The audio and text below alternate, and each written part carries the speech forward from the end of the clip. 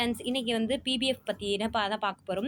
அதாவது 2024 அக்டோபர்ல வந்து நெறைய விதமான சேமிப்புகள்ல, அஞ்சலக சேமிப்புகள்ல நெறைய விதமான சேஞ்சஸ் கொண்டு வந்திருக்காங்க. அதுல வந்து பிபிஎஃப் பத்தி தான் இன்னைக்கு நம்ம பார்க்க போறோம். ஏன் பிபிஎஃப் எடுக்கணும், நம்ம நெறைய ஸ்கீம்ஸ்ல வந்து சொல்லக்கூடிய ஒரு லாங் டர்ம் சேவிங் ஸ்கீம்ஸ் அப்படிங்கும்போது பிபிஎஃப் தான் நம்ம சொல்லுவோம்.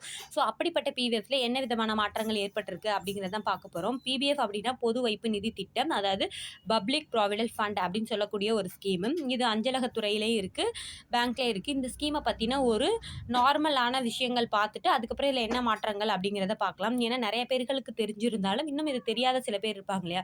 ஸோ அவங்களுக்காக இதை ஒரு டீட்டெயில் வீடியோஸ் பார்க்கலாம். இதோடைய பீரியட் டைம், அதாவது இந்த திட்டத்துக்கான கால அளவு பார்த்தீங்க அப்படின்னா 15 வருஷம் இந்த ஸ்கீமுக்கான அளவு. இதுக்கு வந்து இப்போ வரைக்கும் வந்து 7.1% வந்து வட்டி வந்து தந்துட்டு இருக்காங்க. இது வந்து சேஞ்சபிள் தான். ஒவ்வொரு 3 மாதத்துக்கு ஒரு தடவை ஆர்பிஐல என்ன இன்ட்ரெஸ்ட் கொடுக்குறாங்களோ அதுதான் இது. இது வந்து சேஞ்ச் ஆகும். என்ஆர்ஐ அப்படிங்கிறவங்களால இந்த அக்கௌண்ட் ஓப்பன் பண்ண முடியுமா அப்படின்னா முடியாது.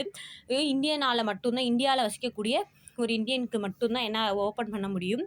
ஆனால் வந்து ஆல்ரெடி இந்தியனாக இருக்கும்போது ஓப்பன் பண்ணிவிட்டு அதுக்கப்புறம் வேலை கிடச்சி வெளிநாடுகளுக்கு போயிட்டாங்க அப்படின்னா அவங்க வந்து என்ன பண்ணலாம்னா இந்த அக்கௌண்ட்டை வந்து மெயின்டைன் பண்ணலாம். பட் அந்த 5 இயர்ஸ்க்கு அப்புறம் அதாவது இந்த 15 இயர்ஸ் முடிஞ்சு நம்ம இதை எக்ஸ்டெண்ட் பண்ணணும் அப்படின்னு நம்ம நினச்சோம்னா 5 இயர்ஸ் எக்ஸ்டெண்ட் பண்ணலாம்.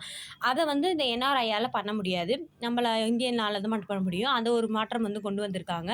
ப்ளஸ் நம்ம அந்த 5 இயர்ஸ் எக்ஸ்டெண்ட் பண்ணக்கூடிய டைமில் பணம் செலுத்தியும் நம்ம பண்ணலாம், பணம் செலுத்தாமையும் அந்த 5 வருஷத்தை இன்க்ரீஸ் பண்ணலாம். அடுத்து வந்து இது டேக்ஸபிளான்னு கேட்டால் இல்லை, இதுக்கு எந்த விதமான டேக்ஸும் கிடையாது.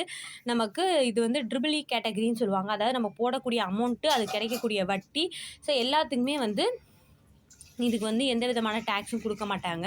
இதுக்கான மேக்ஸிமம் லிமிட் பார்த்தீங்க அப்படின்னா, அதாவது ஒரு ஆனுவல் இயரில், ஒரு வருஷத்தில் 1.5 lakhs வந்து ஒரு அக்கௌண்ட்டுக்கு, அதாவது ஒரு அக்கௌண்ட்டோ இல்லை வேறு அக்கௌண்ட்ஸ் வச்சுருந்தாலும் சரி, ஒரு வருஷத்துக்கு மொத்தமாக நம்ம வச்சுருக்க எல்லா அக்கௌண்ட்டுக்கும் சேர்த்தே 1.5 lakhs தான் வந்து இருக்கணும். அதுக்கு தான் இந்த 7.1% தருவாங்க. அதுக்கு மேலே பணங்கள் இருந்தது அப்படின்னா அதுக்கு எந்த விதமான வட்டியும் கிடையாது அப்படின்னு சொல்லியிருக்காங்க. அடுத்தது வந்து பார்த்தோம் அப்படின்னா, ஒரு ஆளுக்கு ஒரே ஒரு அக்கௌண்ட் தான் ஓப்பன் பண்ண முடியும். அடுத்தது வந்து பார்த்தோம் அப்படின்னா, அதாவது மைனர், அதாவது 10 வயசு கீழே இருக்கவங்க இல்லையா? ஸோ அவங்க வந்து இதுக்கான இன்ட்ரெஸ்ட் வந்து தரமாட்டோம் அப்படிங்கிற இன்னொரு சேஞ்சஸும் கொண்டு வந்திருக்காங்க. சின்ன குழந்தைங்களும் இதை ஓப்பன் பண்ணலாம். அதாவது செல்வ மகள் சேமிப்பு திட்டம் மாதிரி செல்வ மகன் சேமிப்பு திட்டம், ஆண் குழந்தைகளுக்கான திட்டம் வந்து இந்த பிபிஎஃபாக இருந்தது. 7.1% அப்படிங்கிறது ரொம்ப ஒரு பெனிஃபிட்டான ஸ்கீமாக இருந்தது. பட் ஆனால் இப்போ அதில் வந்து என்ன பண்ணிட்டாங்க அப்படின்னா, அது மாதிரி நம்ம குழந்தைகளுக்காக நம்ம ஓப்பன் பண்ணியிருந்தோம் அப்படின்னா அவங்களுக்கு 18 வயசு பூர்த்தி ஆகிற போது தான் நமக்கு இந்த 7.1% வந்து இன்ட்ரெஸ்ட்